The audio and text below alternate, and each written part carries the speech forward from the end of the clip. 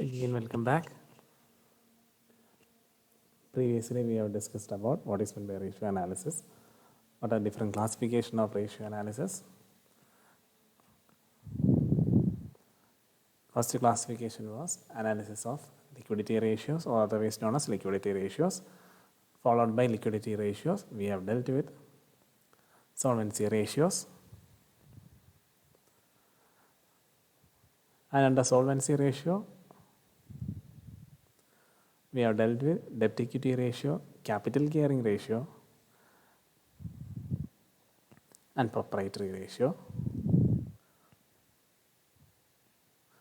Next one, solvency ratio. Okay, it is one of the sub ratio comes under solvency ratio because the heading of this heading area is analysis of solvency or solvency ratio. So don't get confused. It is one of the ratio comes under analysis of solvency ratios. Okay, under this solvency ratio, it is a ratio of total borrowed funds to total assets. We can either say total assets or total liability because the amount remains the same. It indicates the relative contribution of outsiders in financing the assets of a firm. It is calculated by using the formula solvency ratio equal total borrowed funds divided by total assets. There is another equation for finding out the solvency ratio if it is given in percentage value, that is solvency ratio equal 100 minus equity ratio. Equity ratio we have just dealt in the previous session, equity ratio. So in questions, if you have dealt with equity ratio at first, you can find solvency ratio by deducting that ratio from 100. Because solvency ratio studies the relationship between total borrowed funds and total assets. And regarding the ratio, a higher ratio indicates that the firm is depending more on outsiders' funds for financing assets. In that case, the position of creditors is not safe in the event of winding up. But if you come across a lower ratio, the financial risk associated with the business is low and the position of creditors is safe. Next one, ratio of fixed assets to net worth.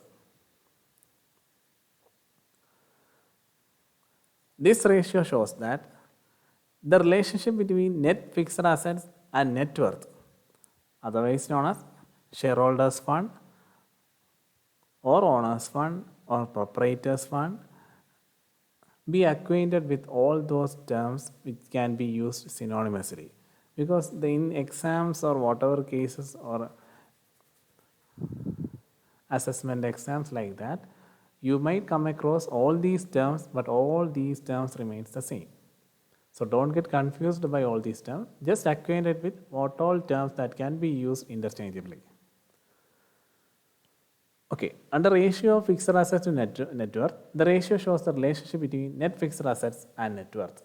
The formula used for calculating this ratio is fixed assets to net worth equal net fixed assets divided by net worth. This ratio indicates the contribution of owners in financing fixed assets. If the ratio is less than 1, it is considered as ideal. It means that whole of the fixed assets and a part of working capital are financed by shareholders fund. But if you come across a ratio which is less than 1, it means that a part of the fixed assets is financed using borrowed funds. Next one, funded debt to capitalization. Funded debt means long-term debt. We have learned about debt and the contents of debt in the previous session, that is in the second module of this accounting for management paper. Just go through all those areas because you need to get aware and acquainted with all the terms that are used interchangeably. Okay. Under funded debt or to capitalization, funded debt means long-term debt. It includes bonds, debentures, and term loans. The term capitalization means total capital or funds used in the business. It is equal to total assets or total liability. It can be computed by using the equation funded debt to capitalization equal long-term debt divided by total assets or total liability. Here the total assets or total liability can be used interchangeably because both amount will be the same. So sometimes in the question you need not be given total assets. In that case total liabilities will be given. Just use that amount. It's dependent upon the nature of the concept of the question. And regarding the ratio, this ratio signifies the extent of use of long-term borrowed funds in financing the total assets of a firm. A higher ratio indicates more leverage and more risk associated with the use of funds. Next one, fixed asset ratio.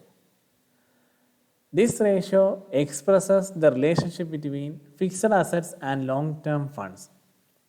It enables you to understand whether the principle that fixed assets should be financed out of long-term funds has been followed. Fixed assets should not be purchased by using short-term funds. That's why it is said that fixed assets should be financed out of long-term funds. Okay, the equation used for finding the fixed asset ratio is fixed assets divided by long-term funds. Here FA means fixed asset. Try to expand these abbreviations for the time being and for the convenience only I am using these short terms. Okay, and regarding the ratio, fixed asset ratio should not be more than 1.1. Or if you are finding the percentage up to 67%, it will be satisfactory because higher ratio indicates financing of fixed assets out of short-term funds. It is not good. Short-term funds has to be used for the working capital purposes or meeting day-to-day activities of the organization. Fixed asset has to be acquired or investment in fixed assets should be done on the basis of long-term funds. Whoever or whichever concern that is depending upon short-term funds will definitely end up in loss. So fixed assets should not be purchased using short-term funds, and this equation will help in identifying whether the organization is maintaining the standards or its levels satisfactory. Okay, that's all for today. We will deal with further cases and application level questions in the next sessions.